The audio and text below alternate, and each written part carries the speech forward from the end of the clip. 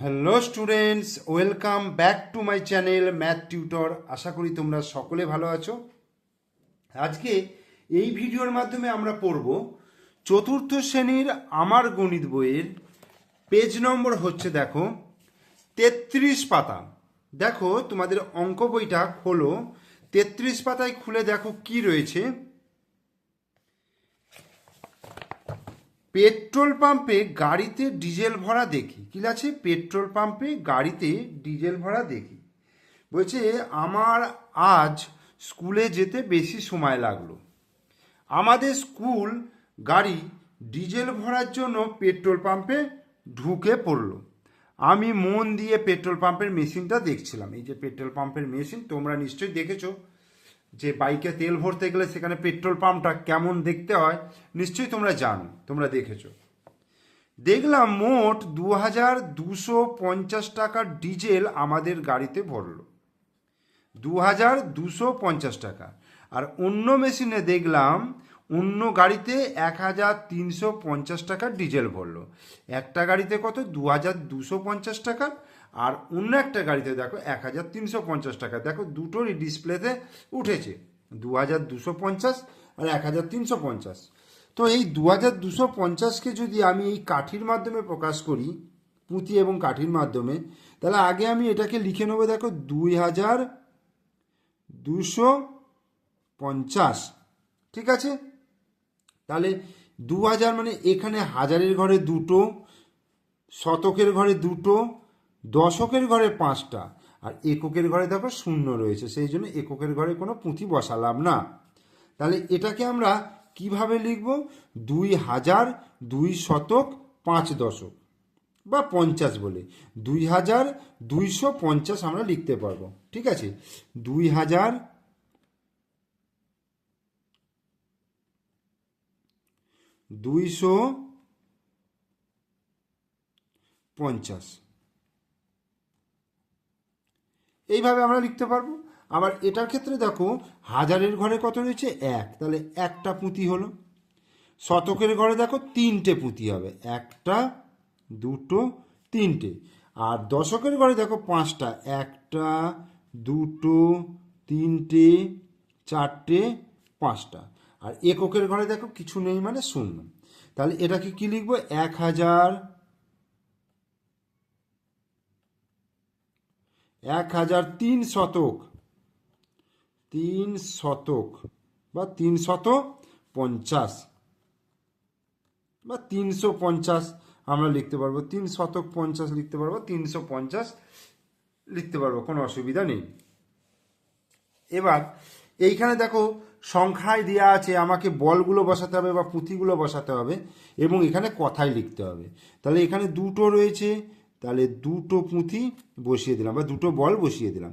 এখানে আমি একটা বল বসালাম, এখানে শূন্য কিছু নেই, এখানে তিনটে বল, একটা, দুটো, তিনটে। তাহলে এটা কি লিখবো? 2103, 2103। এটা দেখো 8000, একটা, দুটো, তিনটে, চারটে, পাঁচটা, ছটা, সাতটা, আটটা, 100 একটা। এখানে হচ্ছে 3 দশক, এই 3 আর নটা, 1 2 3 4 5 6 7 8 9, ঠিক আছে? তাহলে কি লিখবো? 8000, 8139,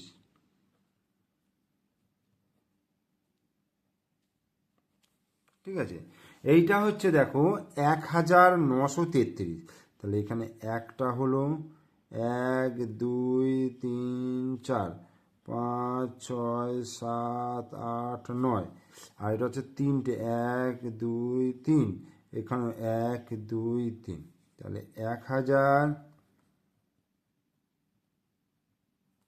1933, 1933। এরপরে আমরা পরের পাতায় চলে এলাম, 34 পাতায়। বাবা অফিসের কাজে দিল্লি যাবেন, খবরের কাগজ দেখে জানলাম ট্রেনের ভাড়া বেড়েছে। তাহলে কলকাতা থেকে দিল্লি যাওয়ার ভাড়া দেখো AC1, AC2, AC3। আগের ভাড়া কি ছিল এগুলো, আর এখন ভাড়া এগুলো, মানে ভাড়া সব ক্ষেত্রে বেড়েছে। তাহলে কাঠি এবং রঙিন বল দিয়ে এখানে আমাকে লিখতে হবে, ঠিক আছে। তো 1185, এই যে AC3-তে 1185।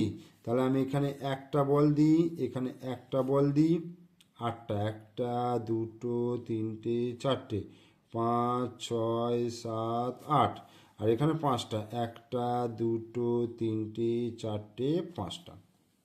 বোঝা গেল? তাহলে 1185। এখানে দেখো এসিতে এখনকার ভাড়া 1330। তাহলে এখানে একটা হবে, এখানে একটা, দুটো, তিনটে, একটা, দুটো, তিনটে, শূন্য। তাহলে 1330।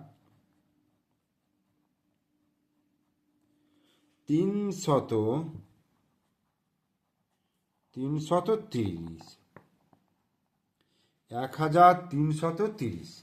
এবার এখানে দেখো 1845। তাহলে এখানে এক, এক, দুই, তিন, চার, পাঁচ, ছয়, সাত, আটটা, এখানে চারটে, এক, দুই, তিন, চার, আর এখানে এক, দুই, তিন, চার, পাঁচটা। তাহলে 1845।